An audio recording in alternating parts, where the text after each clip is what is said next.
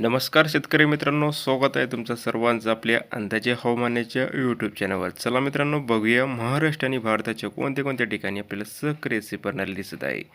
तर मित्रांनो, सध्या स्थितीला महाराष्ट्राच्या कोणत्याही प्रकारची आपल्याला सक्रिय प्रणाली नाही दिसत आहे. मात्र महाराष्ट्राच्या बहुतांश पट्ट्यामध्ये उष्णतेची वारे येत आहे मित्रांनो, उत्तरेकडीलचे राजस्थानमधून.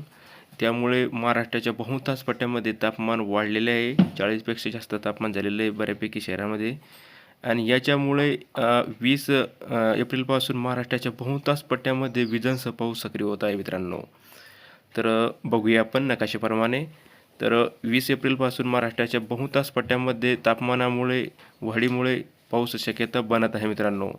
तर पाऊस शक्यता कोणत्या जिल्ह्यामध्ये अधिक असणार मित्रांनो? सिंधुदुर्ग, कोल्हापूर, सांगली, सातारा, पुणे, रायगड, रत्नागिरी, सोलापूरचे काही भाग, अहिल्यानगर, छत्रपती संभाजीनगर, जालना, बीड, धाराशिव, सोलापूरचे राहिलेले भाग या जिल्ह्यामध्ये विजांच्या कडकडासह जोरदार पावसाची शक्यता आहे. आणि महाराष्ट्राच्या इतर भागांमध्ये सुद्धा हलक्या मध्यम आपल्याला पाऊस पाहायला मिळू शकतो.